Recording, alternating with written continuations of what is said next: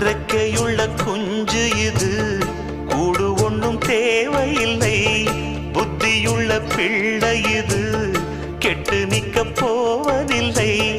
தாயொருத்தி இருந்தா ஒரு தந்தை உண்டு கேளம்மா.